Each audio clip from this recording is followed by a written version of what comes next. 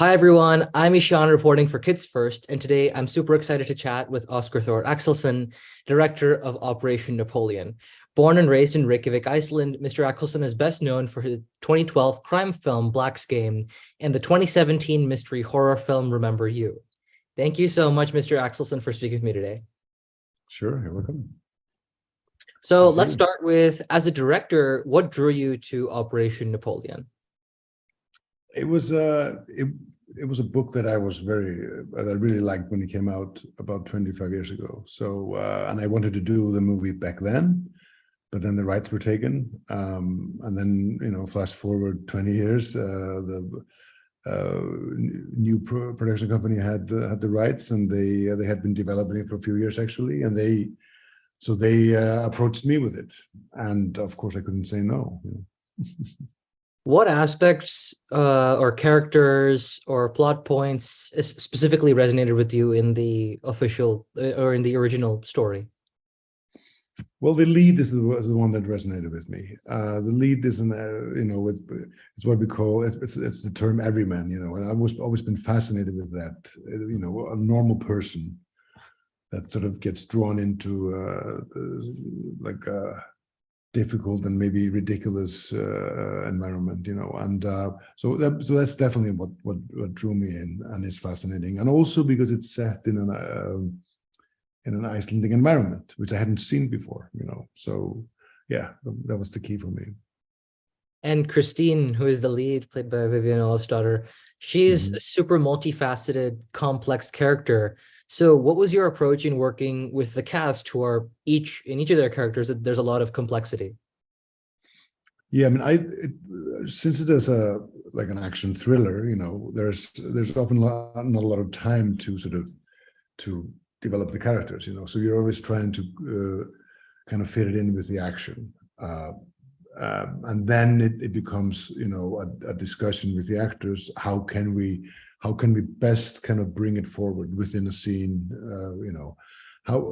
Where are our chances to kind of to make the characters three-dimensional? And this is actually more to do with some of the supporting cast that has less screen time, and kind of comes into the movie. And I was kind of trying to play with the idea. You have, especially with the main villain, you have this kind of guy, and he enters the movie, and you kind of immediately understand what the person is about. But then it's okay, how can we surprise you? How can we, in certain points, have the character do something else and be human?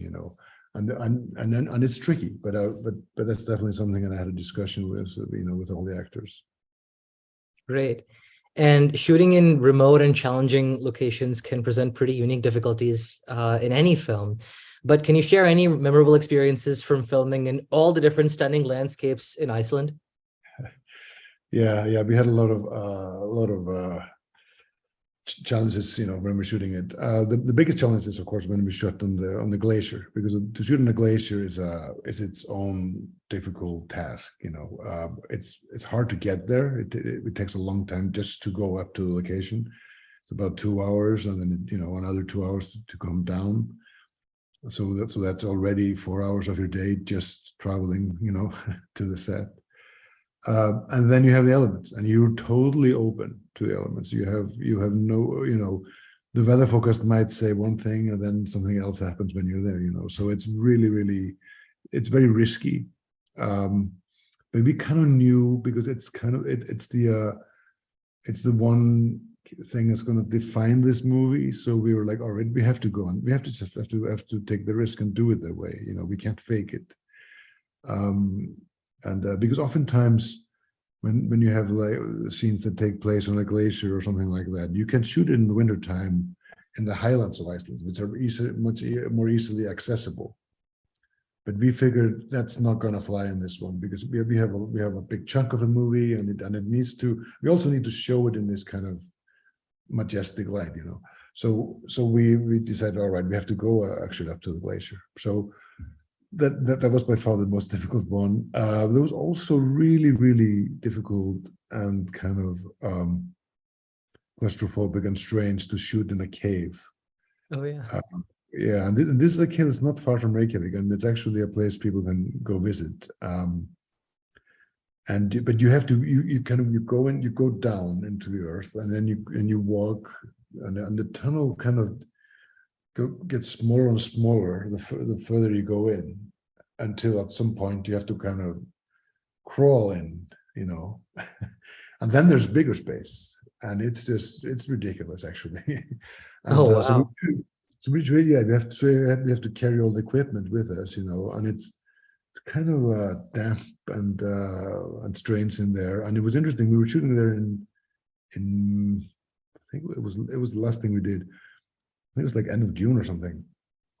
So even though Icelandic summers are not that hot, we would go into the cave, and then every time we come out, it was so hot. It felt to me like a climate that I'm used to from mainland Europe or the US or something.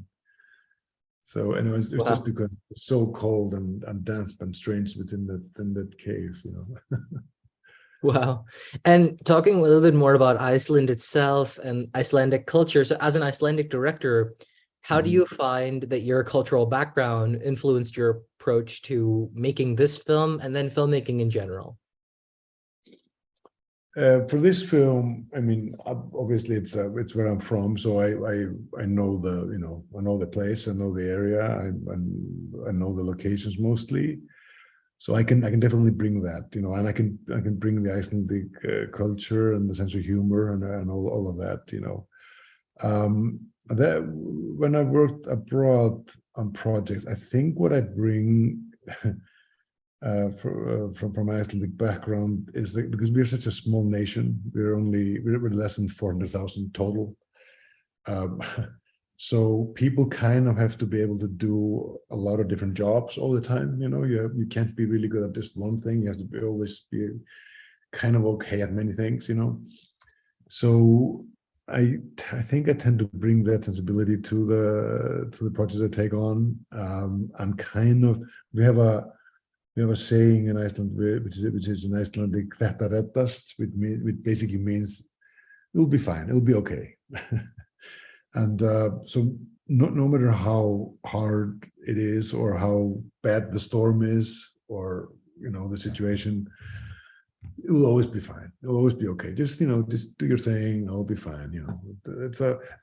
It's a very Icelandic thing to to look at, the Icelandic way to look at life, I think. And I think it comes from generations of people living on that little ice rock in up north. It's very cold, and it's very tough to live, especially before the 20th century. Wow, yeah, I think that self-sufficiency and the positivity and everything really, I'm sure it helps a lot in filmmaking, especially, which is such a time-consuming and sometimes stressful process. So that's really wonderful. And as a director, what do you hope your audiences will take away from watching the film? Mainly, I want the audience to be entertained, and I started out trying to make a movie that's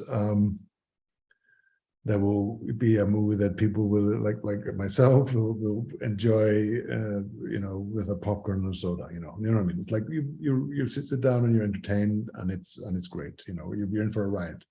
And then there's also, there's in the kind of outside world of the movie, there are other issues.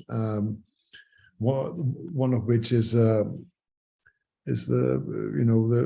issue of climate change, and that has a lot to do with the glaciers, and we could actually kind of see the glacier melting in the different time periods we were there shooting, and it's so that's a very relevant thing, even though it's kind of more in the background of the story. Amazing. Yeah, and I could get that from the film too. And it was such a cool watch. I mean, I screened it, and I used the screener link and watched it again, and I was like, I want to get as much as I can from the film.